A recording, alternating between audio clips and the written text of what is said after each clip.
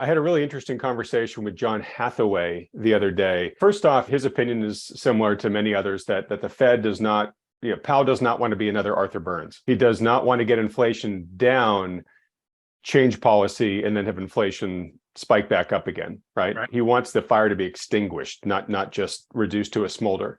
So, to your point about wanting to see the right trajectory, I agree with you on that. I'm just wondering, though, if he really wants to see more than just a good trajectory. I think he wants a belt and suspenders approach here, where maybe it doesn't have to be under two or under yet, but it's probably going to be I think he wants to be closer to that than not, right? Yeah, I think if he's sub 5, sub 4, he's going to start getting a lot more comfortable with his position, right? Yeah, I think so. But I just wonder, and I don't know, if he's willing to let go at 4, is there a fear still in his mind that, like, I don't know, maybe this thing boomerangs on me at some point, right? Quarter basis point next week, quarter basis point the next meeting, quarter basis point. The market is already predicting they'll be cutting rates by June, which, as we said before, is kind of ironic because if the employment's good and if inflation's coming down and if the markets are doing great and everybody's happy, consumer confidence is coming up, why cut rates? I mean, that's nirvana for the Fed, right? I leave rates high, keep running down my balance sheet. Pausing and holding for a long period of time, which is what Powell said he wants to do, that's still highly constrictive to economic growth, with cost of capital at this rate. So it's not like it's easy times if we're just hanging out at 5.25, right? So, all right. So there's that. But then also John said something that was interesting. I wanted to get your reaction to. He said, there's all this talk about what the Fed, might think about where asset prices are. And he said, I don't think the Fed cares where asset prices are. They don't care if they're high. They don't care if they're low. And of course, there's a lot of people that'll say, well, of course, they want them to be high because all their banker buddies want, high assets. But he basically says, chair of the Fed doesn't care about that.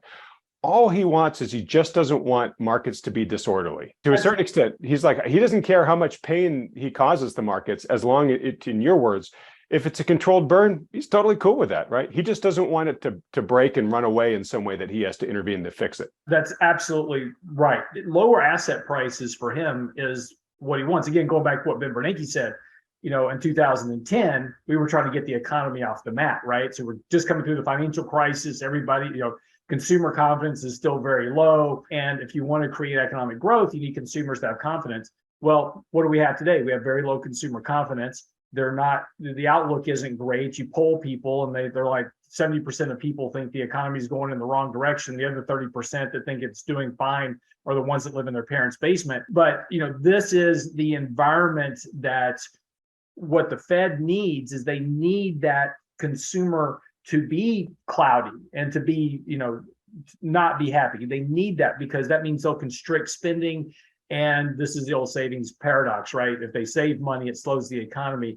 But that's what they want because that slower demand is what brings down inflation, allows inventories to build because people aren't buying as much, which means that producers and wholesalers and retailers, et cetera, have to cut prices, get rid of inventory. That brings down those prices. So again, that's what the Fed wants, right? What they don't want is a financial crisis on their hands.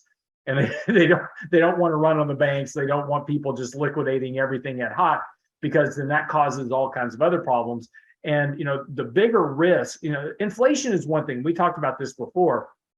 Inflation is certainly is problematic for the economy and it's problematic for the Fed.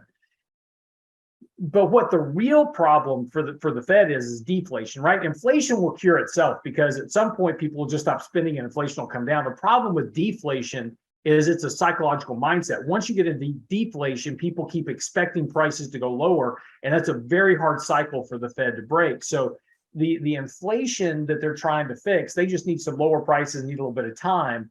But what they can't do is create some type of event that leads to deflation, not disinflation. That's not inflation going back towards 2. We're talking about negative rates of inflation. That's a very hard cycle to break, and that's the one thing that the Fed really doesn't want.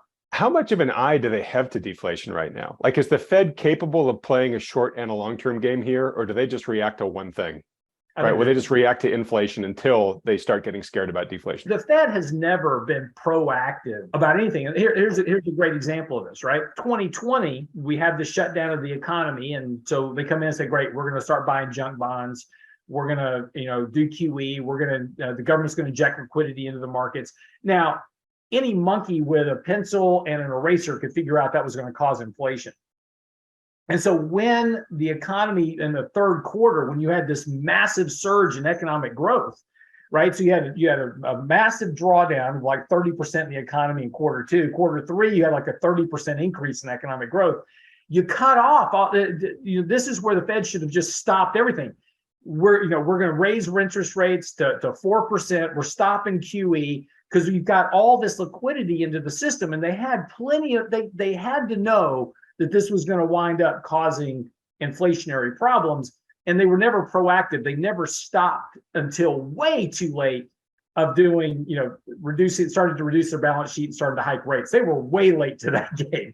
But it's always because and this is the way they always process throughout history. You go back and look at every single cycle throughout history. The Fed starts doing something, and then they realize they break something, then they react to it, and then they have to react when they realize that they've broken something, and now they've reacted to it. They have to reverse it in the other direction to get it back on track. It's just always a reaction basis with the Fed. It's never a proactive measure. What do you think Powell could do here to try to scare the market here into behaving a little bit more? Obviously, I'm going to guess he could say, I'm going to go back to a half a point hike or whatever. If you really wanted to shock the market on Wednesday, hike by half a point. The markets right now are predicting 100% chance of a 25 basis point rate hike. So if you really wanted to smack the market down a bit, go hike 50 basis points. I don't think he will. I think he'll do 25 basis points. He'll deliver a very hawkish message that says, we're not done hiking rates yet. We're still targeting probably above 5%, maybe more. We're going to hike rates until XYZ occurs. And we need to see softness in wages or softness in employment before we stop hiking rates. We've always talked about before, a big chunk of the Fed's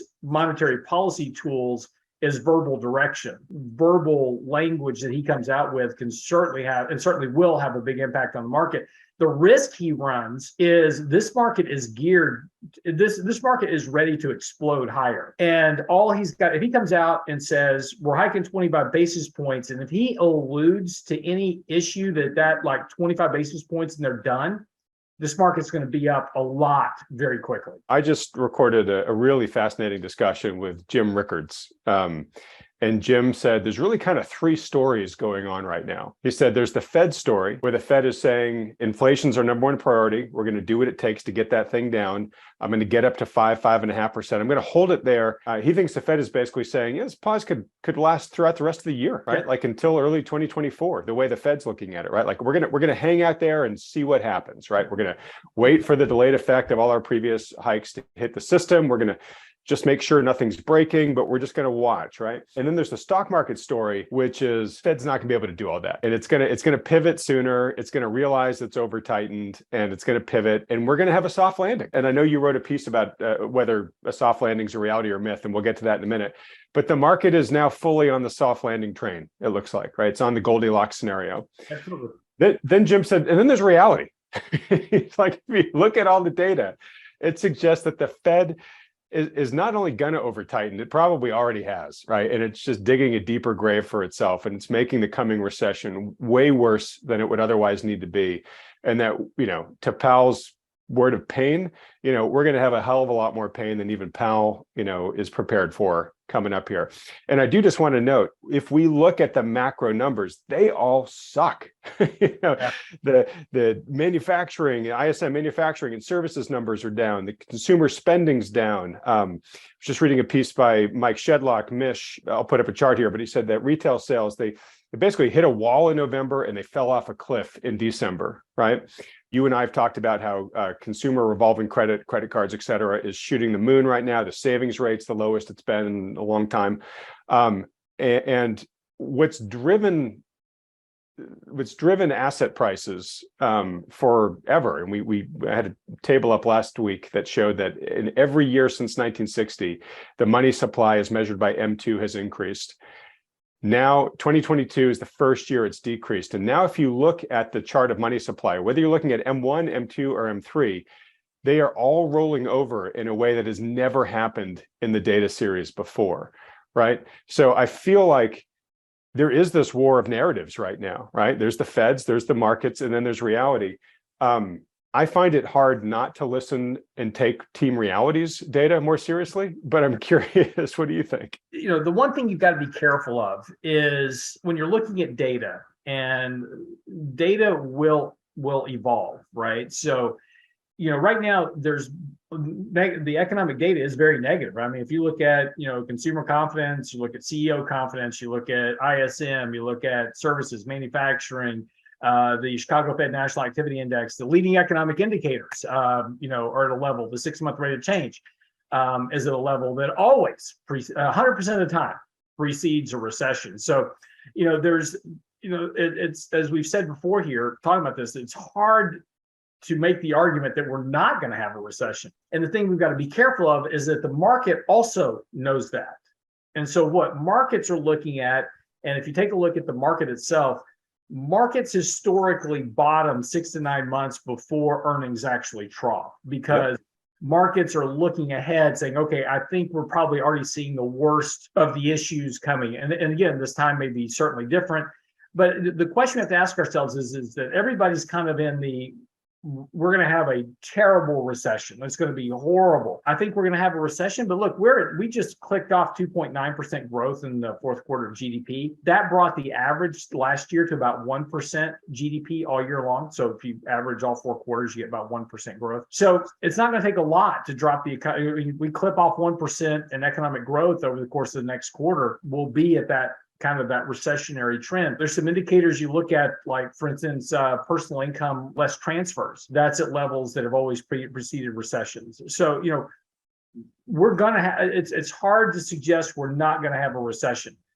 What we have to try to figure out is, has the market already priced in the recessionary outcome? I don't have that answer, right? But since October, the market has been improving. And if you actually take a look at what's happening with the markets, since October, despite the flow of bad economic news, the markets have been improving. The question now is what happens to the narrative if economic data is still negative, but becomes less negative over the course of the next several months and starts an improvement trend as well? So again, these are the things we got to be careful of, kind of boxing ourselves into a corner and saying, oh yeah, I'm out of the market because we're going to have this nasty end of the world recession. There's no guarantee of that. And you got to watch the data for potential improvement.